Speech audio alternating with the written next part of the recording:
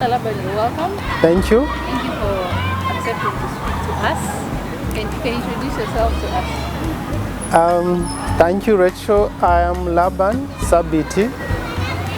I am a public health specialist and I work with Makerere University Joint AIDS Program as the HIV prevention coordinator for the program.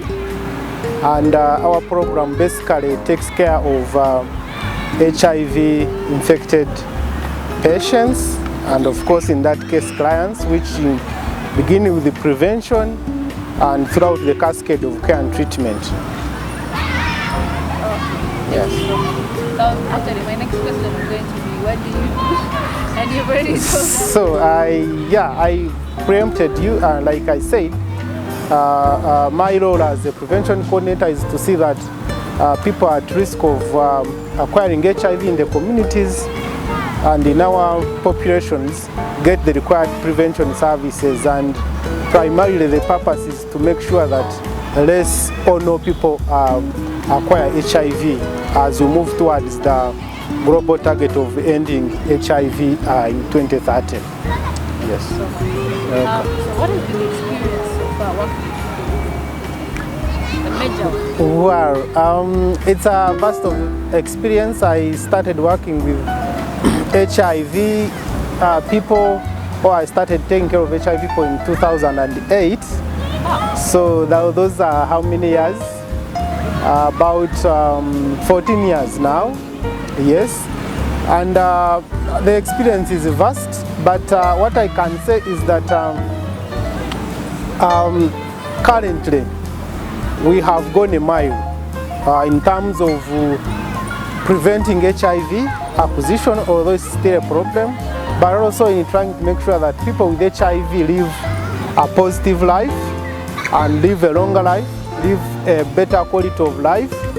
And of course, yeah, you know, with HIV now, they can take care of their issues, their families, they can pay school fees for their children. So the experience is that I have seen people test positive for HIV, put on treatment, and they have given birth to children. They have taken care of those children in those 14 years, and up to now they are still alive and doing their business. Okay. Yes. That's encouraging. Yes. And these children, you know, some people, children don't believe in HIV can be negative. Yeah, I'm talking of HIV negative children now.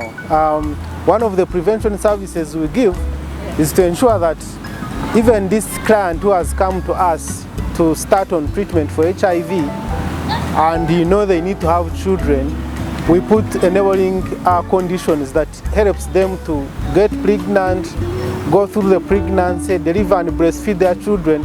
By the end of the day, they must have a child who is HIV negative. And we go through certain interventions that can prevent that. And it is very, very possible because many of these clients have actually done so, and they have their children who are HIV negative. Yes. And the experience working with HIV, what are the major mental health challenges? Wow, yeah, a good question. Mental health, yes. You know, mental health is an aspect that many people within our communities tend to kind of ignore when it comes to HIV. But again, we know that HIV itself alone can actually bring about mental health issues. For example, if someone is not on treatment, is not taking their treatment very well, even if they're on treatment, then there are likelihood that the HIV itself can attack their brain cells, and eventually they get some mental health disorders. But also remember, in the process, for example, you know that when someone has just been diagnosed with HIV, they go through a series of processes. The process we call grief. When just someone has just gotten bad news about HIV, of course the first point, they are going to go into denial, and when they go into denial, you know the challenge now is convincing them to start treatment. After that denial, they are going to go into another stage of let's say, so in denial they are saying no, I'm not. You tell them these are the results, they say, no, those are not my results. And some actually are going to even demand that actually you repeat the test because they think these are not their results. Then after denial, they start bargaining, start asking, but why me? Okay, you have told me, why should I be the one to have HIV? And of course, after this bargaining, they are going to go into another stage of what we call depression. And you know, this depression is now the worrying stage. Many of the clients will go through that. In depression, they are very angry, they are annoyed, they can't talk to you. Even when you convince them to take treatment, you end up quarreling. And sometimes mental illness begins from that, if it's not handled very well. When you talk of mental illness, I remember there was a point where in Africa, and some patients were treated because they had HIV psychosis, yes. So in HIV psychosis, it usually happens when someone has been living with HIV for a long period of time and their immunity goes so down, and the HIV reaches a point of disorganizing their brain cells, and so they go in a state of confusion, and they can't understand.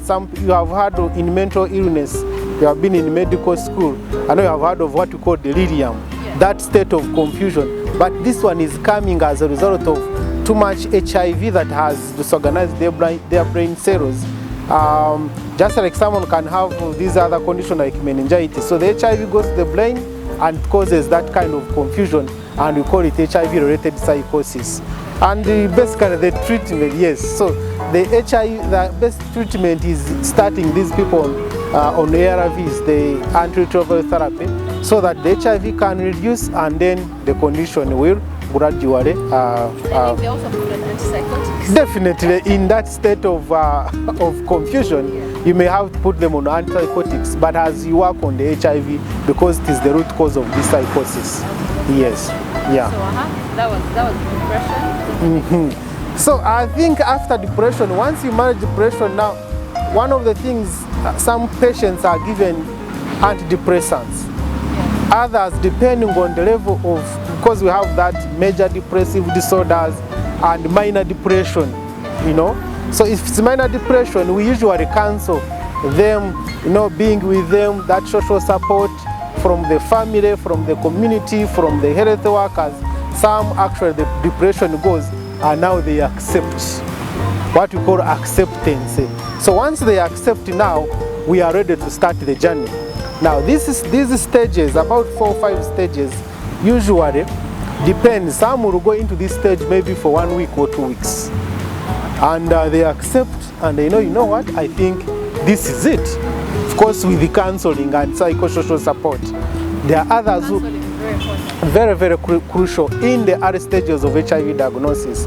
And for those who go into prolonged depression, that's where we tend to have, some people can go up to 3-6 months in a stage of depression, and you have no option apart from putting them on antidepressants to make sure that their mood stabilizes and they can accept and now start the treatment.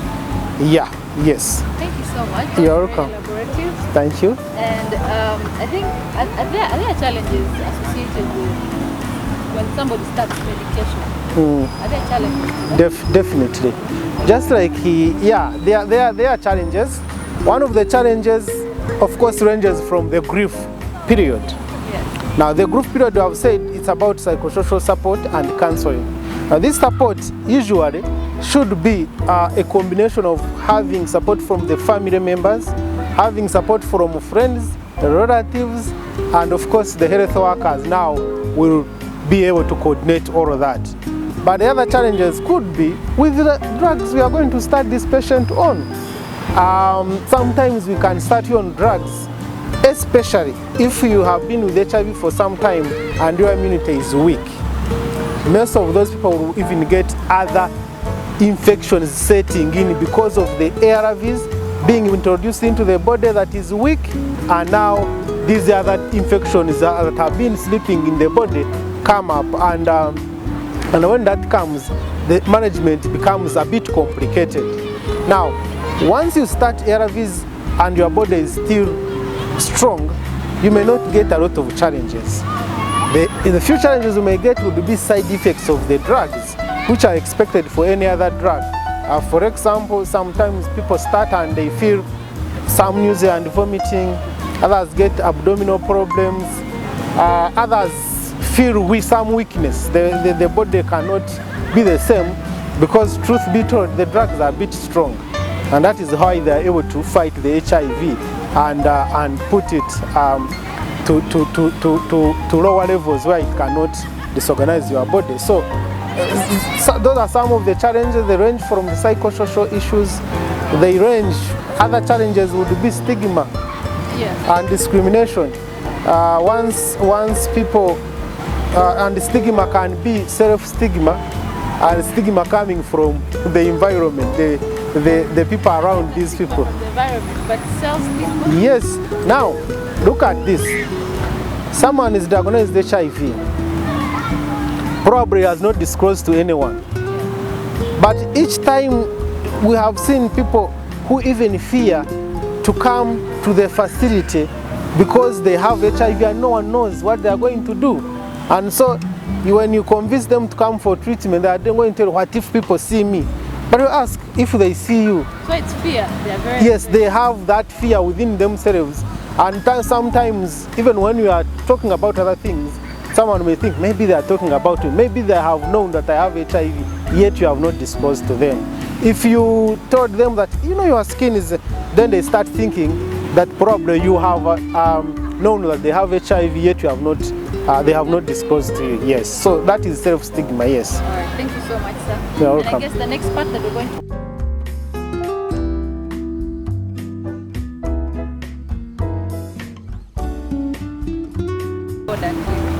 Okay, discordancy, yes. Yes, discordancy. What is discordancy? Okay. You can start with that. How is it possible? How is it possible? Thank you so much. So, discordance is a situation whereby a couple living together, they come to you, they come to you for an HIV test. You test both of them as a couple, and one of them is HIV positive, the other one is negative. That is what we call discordance. When you test the couple and both of them are HIV positive or they are all negative, we call that concordance. They have the same results, okay? So, but once the results are not the same and they are couples living together, then you call it discordance. One is negative, another one is positive. How is it possible? Yes, we attach theories to discordance because there has not been any one single answer for it, even from the researches that we do. One theory that we attach to it is that discordance occurs by chance. Why do I say by chance? We have seen couples who come to you, test, and they are discordant. You counsel them on how to prevent each other, maybe the negative partner from. But if they don't follow those guidelines, 6 months, 1 year down the road, the other partner does what? Seroconverts, also it becomes HIV positive. So that's why we said probably this person's chance of getting HIV had not yet reached. Okay? The other theory that we attach to discordance is some scientists have theorized and said, because you know the way the HIV enters our bodies is through attachment to our CD4 cells. So for an HIV virus to attach to a CD4 cell, you must have what we call CD4 receptors. So that is scientific.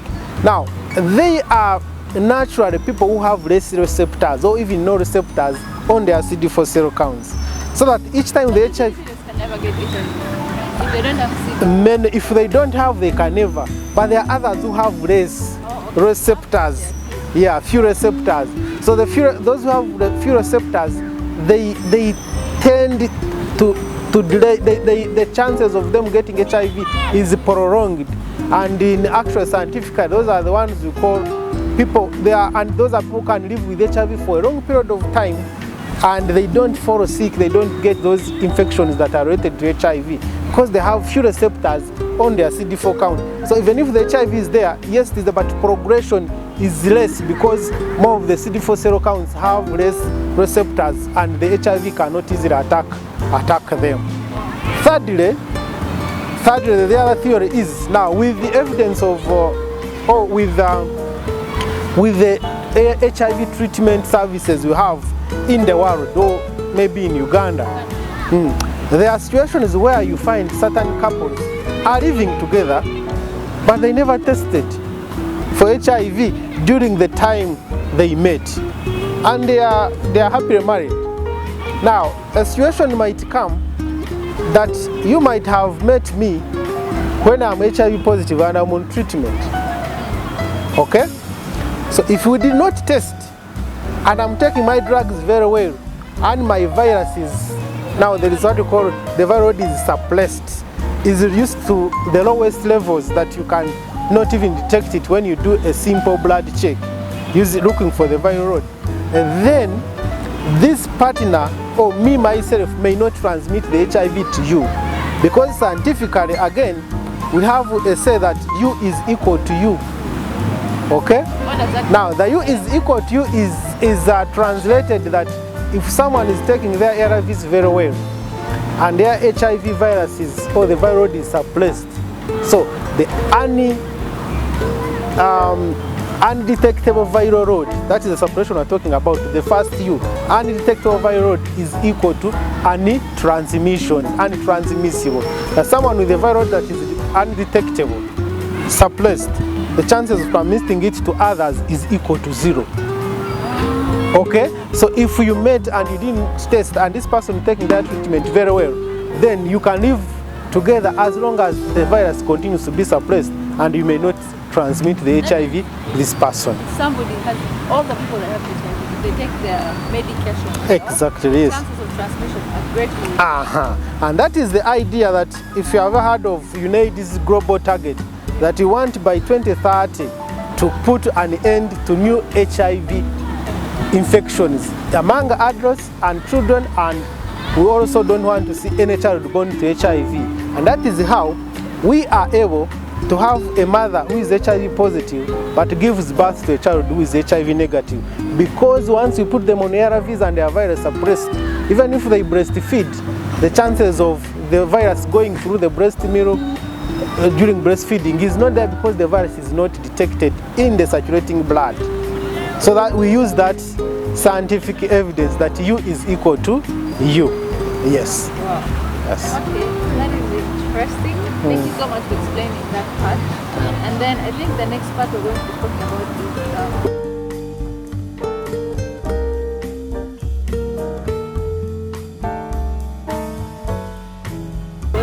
And then obviously, at some point the person has to. Yeah. Sure. Sure. As somebody that has worked with that actually have relationships, and this may affect their relationship. How would you advise people to go about disclosure of their status, of their service? Yeah, thank you. So, you know, the first point to understand is that disclosure is important to every other person who has HIV. How? That non-disclosure can actually lead to poor adherence to treatment. Non-disclosure can even cause stigma, self-stigma that I talked about. Non-disclosure has several disadvantages. Imagine if you are not well and you are supposed to take your treatment and your relative takes you to the hospital, you have not disclosed. All of that period you are going to miss your treatment.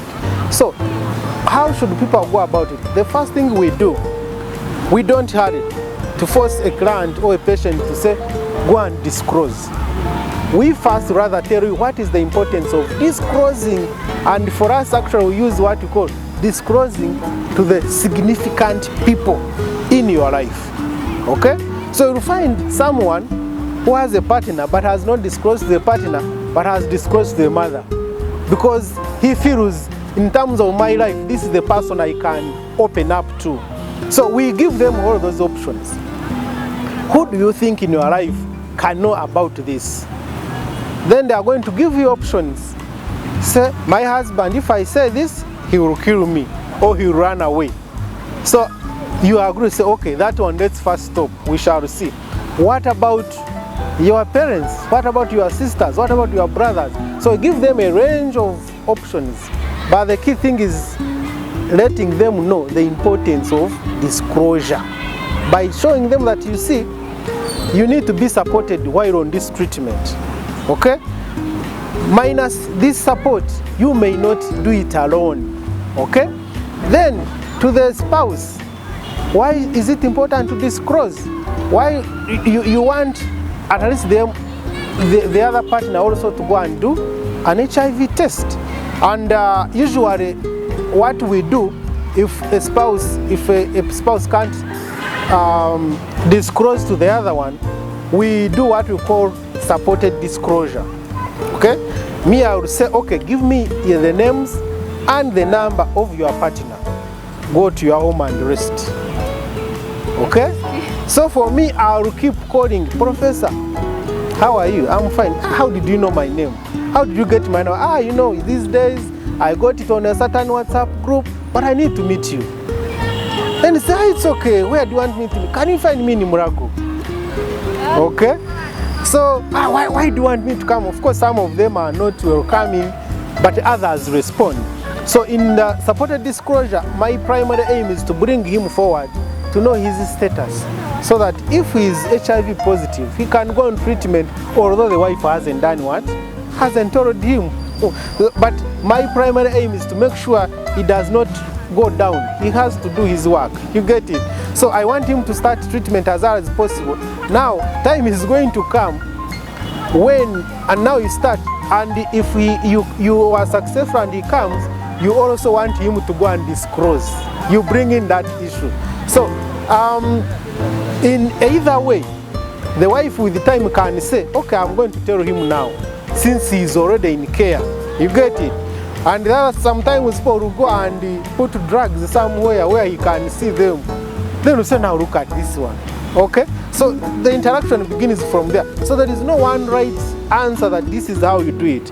But it depends on individual to individual, the way of understanding the importance of disclosure and which best approach do you want to use to disclose.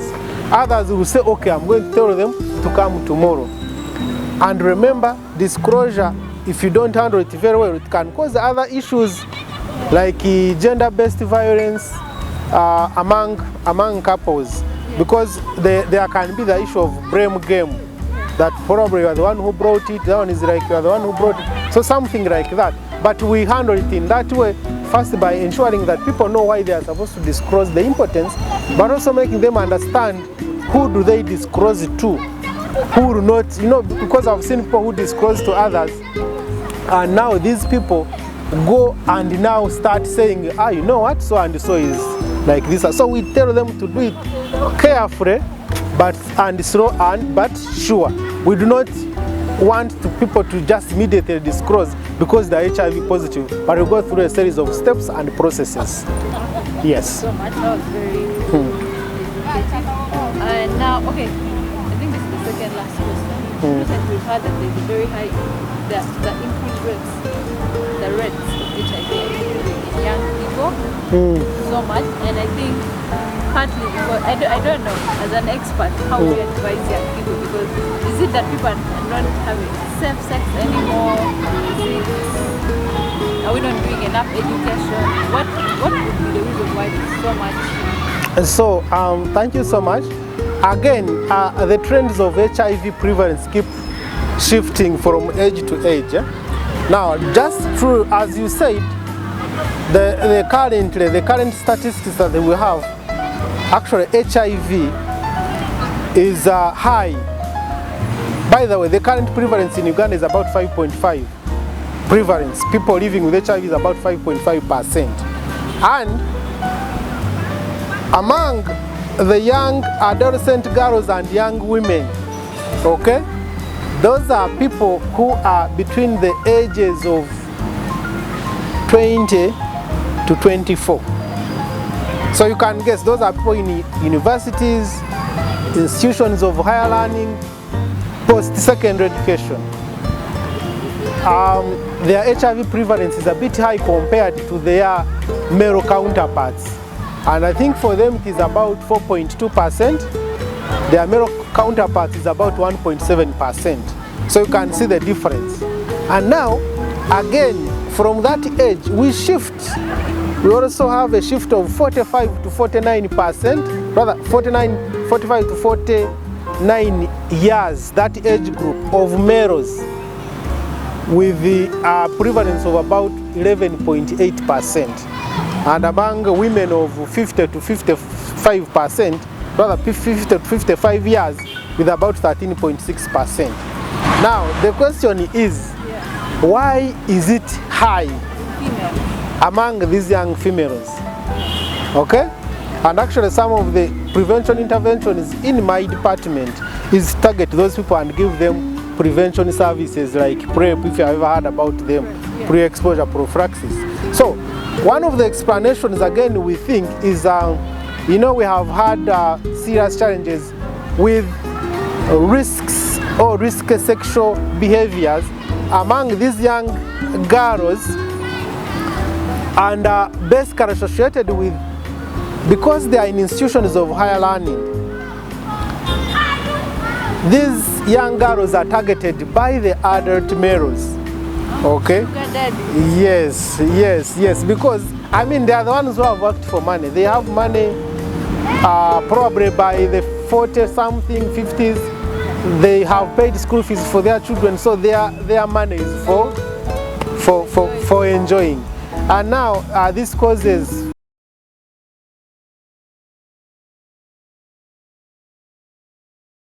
such a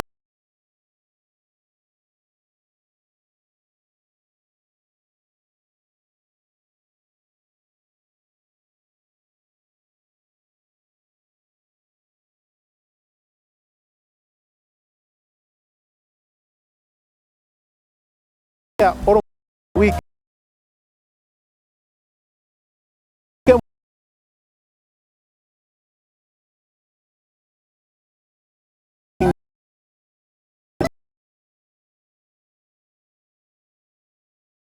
gentle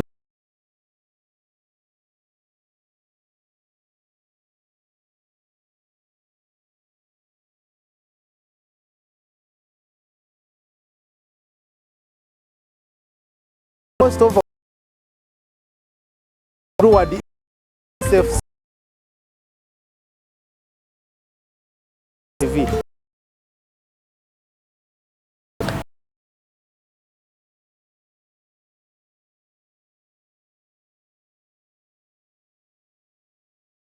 Statistics 11%.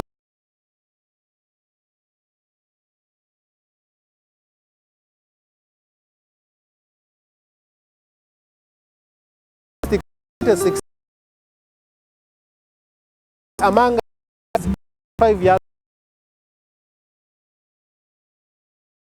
9. Okay?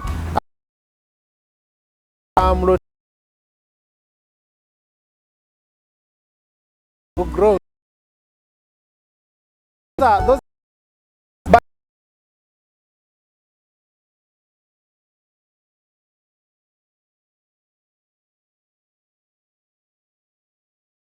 have higher prevalence of HIV. What would be the solution?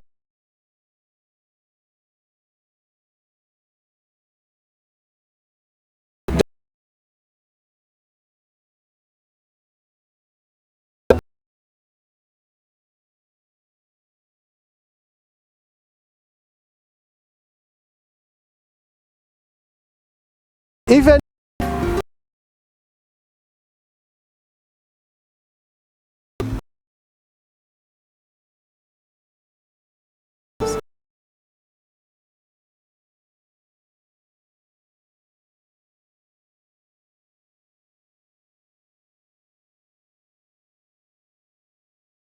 institutions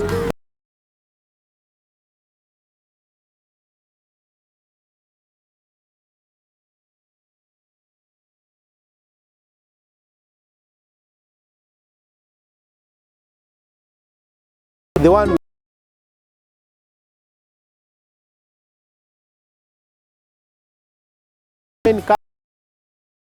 having you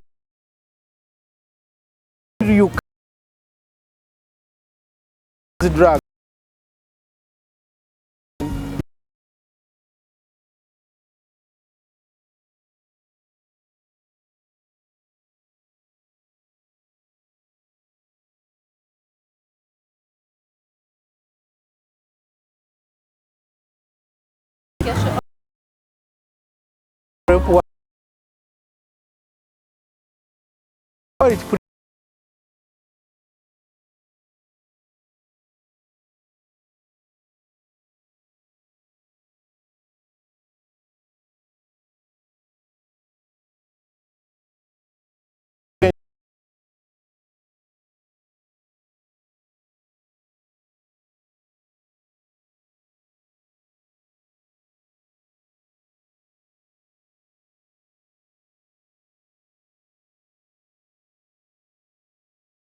I've seen young girls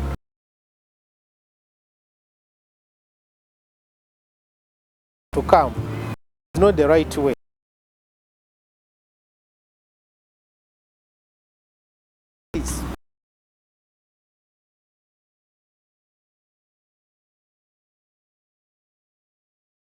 For sex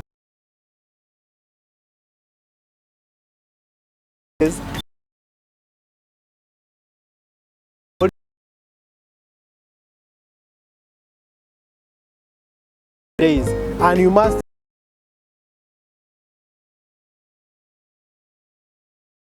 having sexually active.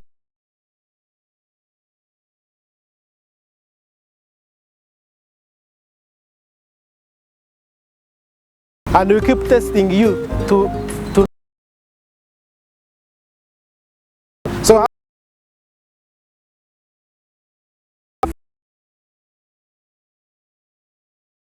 it says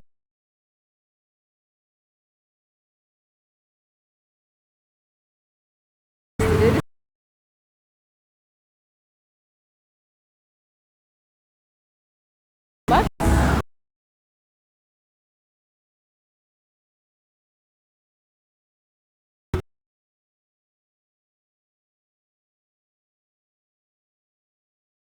mention.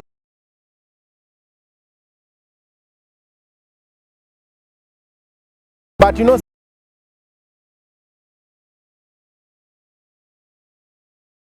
we have those by I mean you community sure you are protected from getting HIV. Then for pregnant mothers, all those, so if you are pregnant, come to the health facility.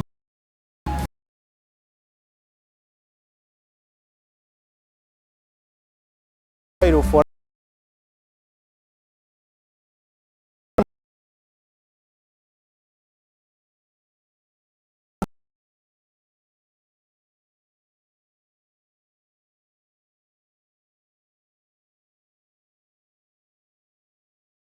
going to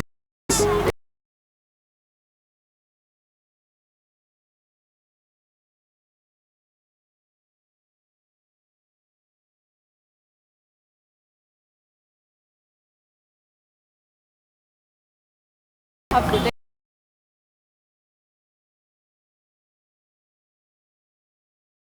HIV.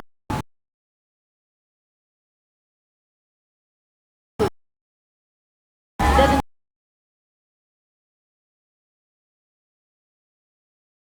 sure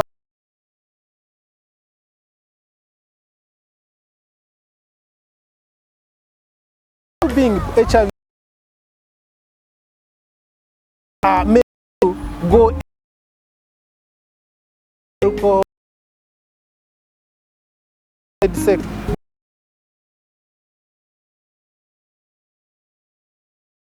We have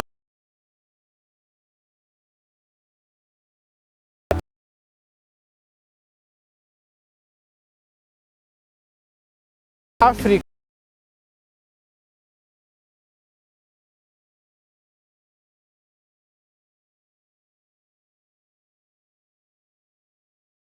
also had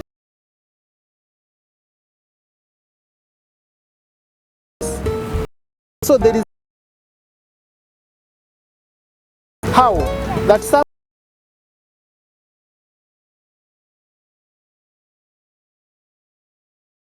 failed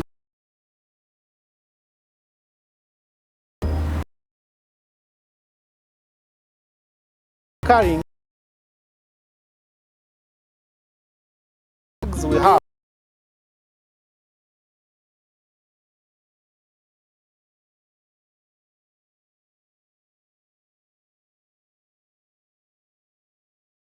other type the drugs can't control. So for